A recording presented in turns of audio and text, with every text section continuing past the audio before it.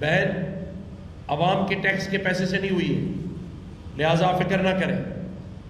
اور یہ یوتھی ہیں ہمارے، ان کو بھی میں بتانا چاہتا ہوں کہ ہر وقت ایک ہی چیز نہیں ہوتی ہے، آگے بڑھو۔ ابھی اس وقت لوگ شہر میں منتظر ہیں آپ کے بھی، ہر چیز پہ نیگیٹو کامنٹس، پتہ نہیں کیسے زندگی گزارتے ہو تم لوگ، تمہارا لیڈر تو نہیں گزار پا رہا، تم بھی نہیں گزار پا رہے ہو۔ او بھائی، اس وقت شہر میں سیاست نہیں کرنی ہے، یہ شہر تمہارا بھی ہے میرا بھی ہے۔ آج شہر میں مشکل ٹائم ہے، ہر چیز پہ نیگیٹو کامنٹس جیسے تیار بیٹھے ہوتے ہیں۔ وہ میں دیکھ رہا تھا علیم عادل شیخ صاحب کو، نیچے کامنٹس لکھے تھے، اللہ تعالیٰ ہمارے بھائی کو ہمت دے، کیا کام کر رہا ہے، اور ہمیں کامنٹس کر رہے تھے کہ کوئی فائدہ نہیں ہے کام کرنے کا۔ یہ نیگیٹو نہ کریں، یہ تو باعث ہے لگتا ہے کہ آپ لوگ سیاست کر رہے ہیں۔ اپنے اندر خوف خدا پیدا کریں، پہلے ہی بڑا نقصان کر دیا آپ لوگوں نے اس ملک کا۔ میرے ایک بات کے اوپر بار بار بات کی جاتی ہے، او بھائی کسی خوش فہمی میں نہ رہنا۔ میں نے کہا تھا ووٹ ڈالا لیکن کام کچھ نہیں نکلا، 4.5 سال ٹکے کا کام نہیں کیا آپ نے، تو آپ کو آئندہ بھی موقع دیں گے تو مجھے پورا یقین ہے کہ آپ کی لیڈرشپ کوئی کام نہیں کرے گی، کیونکہ آپ تو صرف سیاست میں لگے ہوئے ہیں، دوسروں کو جھوٹا چور بولنے میں لگے ہوئے ہیں۔ ہم کام کر رہے ہیں، 18 گھنٹے گورنر ہاؤس میں 50,000 بچے پڑھ رہے ہیں، کوئی حکومت کے ٹیکس کا پیسہ نہیں ہے۔ 10 لاکھ راشن غریبوں میں بانٹا ہے، کوئی حکومت کے پیسوں سے نہیں لیا۔ 11,000 لیپ ٹاپ بانٹے، کوئی حکومت کے ٹیکس کے پیسے کے نہیں ہیں، عوام کے۔ لوگوں کو روزگار اسکیمیں کروا کے دی ہیں، کوئی حکومت سے یا بینکوں سے لون نہیں لیا ہے، تنخواہ نہیں لیتا میں۔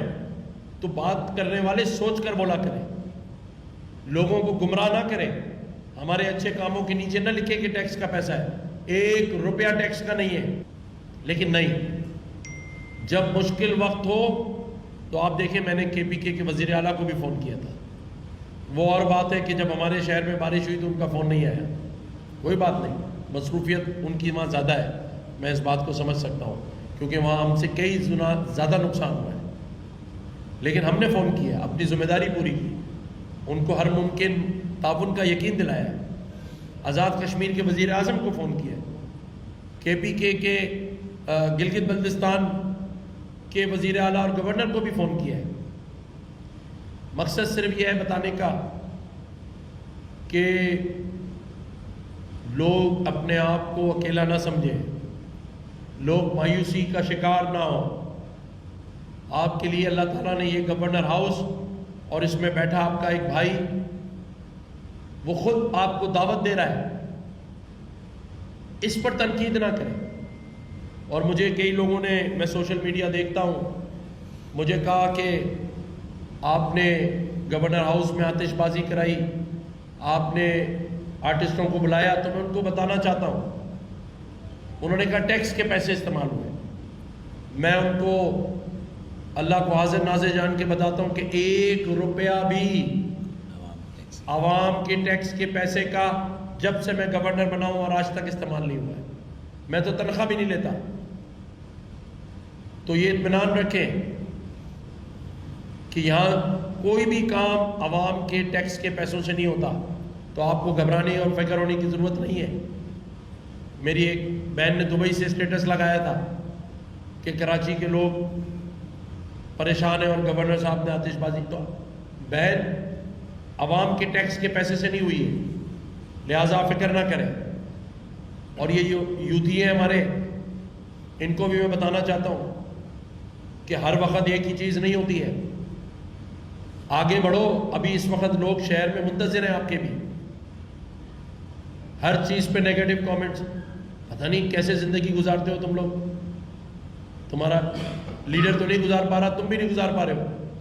او بھائی، اس وقت شہر میں سیاست نہیں کرنی ہے، یہ شہر تمہارا بھی ہے میرا بھی ہے۔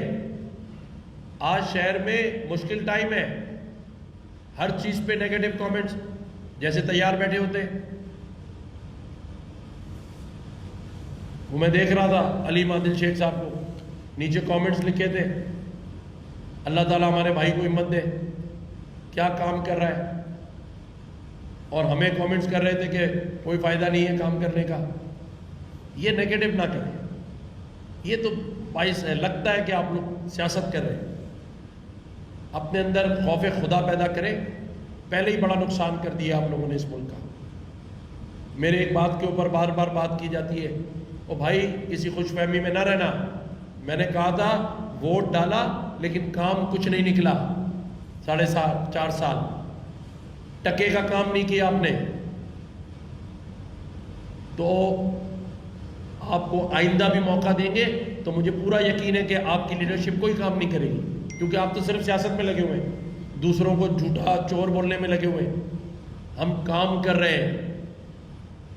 18 گھنٹے گورنر ہاؤس میں 50,000 بچے پڑھ رہے ہیں. کوئی حکومت کے ٹیکس کا پیسہ نہیں ہے.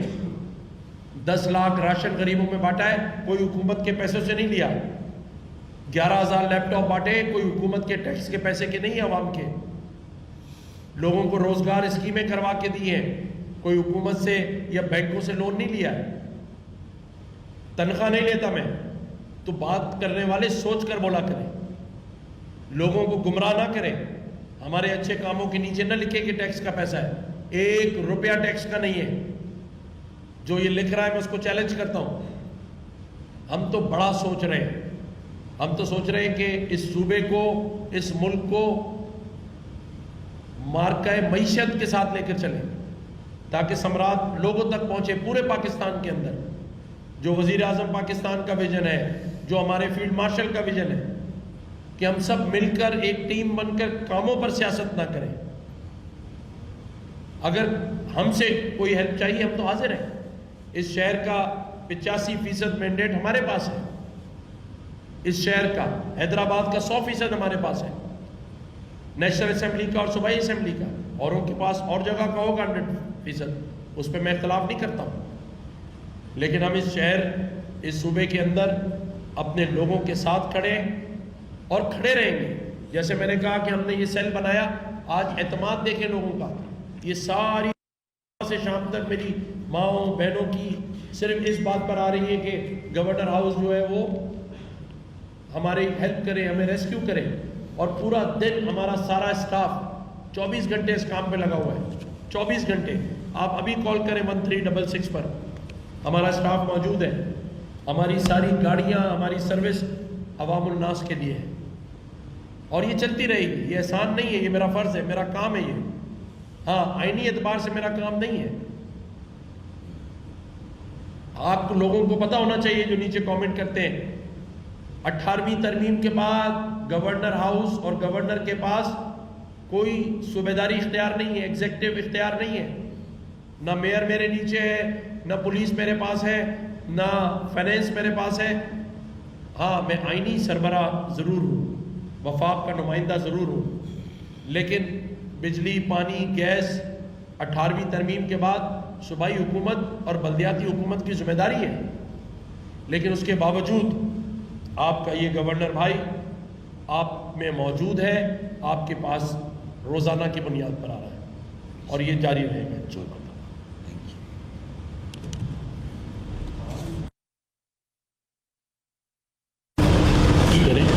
میں تو آج بات ہی نہیں کرتا. بہت اچھا اقدام ہے کہ گورنر صاحب کا نام ہے. مضافاتی علاقے یہاں رات کے صوبے کے سربراہ کے ساتھ آپ گئے ہوں گے, حوصلہ ان کا بڑا ہوگا. محکمہ موسمیات اربوں روپے کا بجٹ سے جو ہے وہ دانا چل رہا ہے. 2 ہفتے قبل انہوں نے فلڈنگ اور طوفانی بارشوں کی پیش ہوئی. اس سے قبل یہ پریس کانفرنسز اور ٹیلیفونک رابطے کیوں نہیں کیے جاتے؟ میئر کراچی سے جو سیاسی اختلافات جو اس دوران ہوتے ہیں وہ ساری چیزیں سے قبل کیوں نہیں کیے جاتے؟ کیونکہ نوٹس 3 ہفتے پہلے پیش ہوئی ہو چکی تھی.